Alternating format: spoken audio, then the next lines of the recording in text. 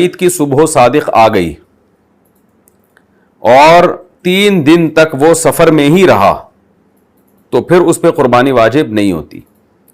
یہ خوب سمجھ لیں, اگر بقرعید کی جو صبح صادق ہے یعنی 10 ذی الحجہ کی صبح صادق وہ اس صورت میں آئی جب وہ اپنے شہر میں تھا یا شہر سے باہر ابھی نکلا نہیں تھا تو مقیم ہے, اس پہ قربانی واجب ہو جائے گی. لیکن اگر صبح صادق آئی اس حال میں کہ وہ شہر کو چھوڑ چکا تھا اور سفر میں ہے اور 3 دن اسی حالت میں گزر گئے یعنی 10, 11, 12 ذی الحجہ کی مغرب تک وہ سفر میں رہا تو اس پر قربانی اس سال واجب نہیں ہوگی. لیکن اگر 12 ذی الحجہ کی کا سورج غروب ہونے سے پہلے وہ دوبارہ مقیم بن گیا تو بھی اس پہ قربانی واجب ہو جائے گی. تو یہ مطلب ہے کہ سفر میں بقرعید کے پورے 3 دن گزر جائیں گے نا, اس کو صبح صادق سے لے کے تیسرے دن کا سورج غروب ہونے تک کا یہ سفر